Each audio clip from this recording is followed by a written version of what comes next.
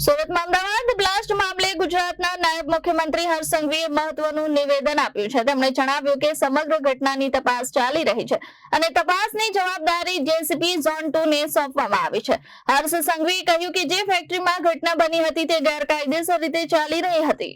અમદાવાદમાં બનેલી બ્લાસ્ટની ઘટનાને લઈને રાજ્ય સરકાર એક્શન મોડમાં આવી છે। નાયબ મુખ્યમંત્રી હર્ષ સંઘવીએ જણાવ્યું કે આ ઘટનાની ઊંડાણપૂર્વક તપાસ કરવામાં આવી રહી છે।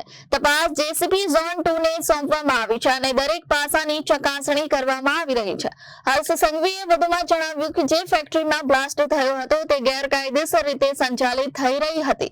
ફેક્ટરીના સંચાલક સહિત ઘટના સ્થળે હાજર પરિવારના સભ્યોને પકડી લેવામાં આવ્યા છે અને તેમની પૂછપરછ હાથ ધરવામાં આવી રહી છે। સરકાર દ્વારા રિવ્યુ બેઠક યોજી સમગ્ર મામલે માહિતી એકત્રિત કરવામાં આવી રહી છે અને જવાબદારો સામે કડક કાર્યવાહી કરવામાં આવશે તેવી માહિતી આપવામાં આવી। એની સંપૂર્ણ તપાસ હમણાં ચાલી રહી છે। જેસીપી ઝોન 2 અમદાવાદ હું આવતા પહેલાં જ એમની જોડે ચર્ચા બી થઈ છે અને જે આ ફેક્ટરી ઇલીગલ ચલાવતા હતા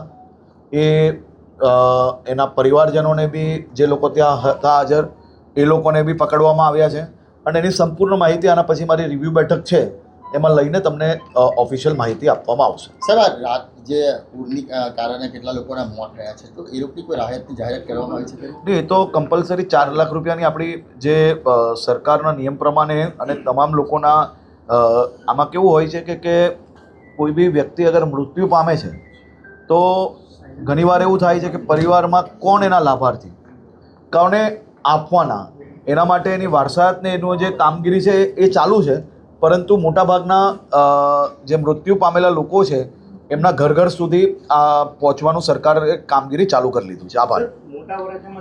bureau report Janadesh news Surat.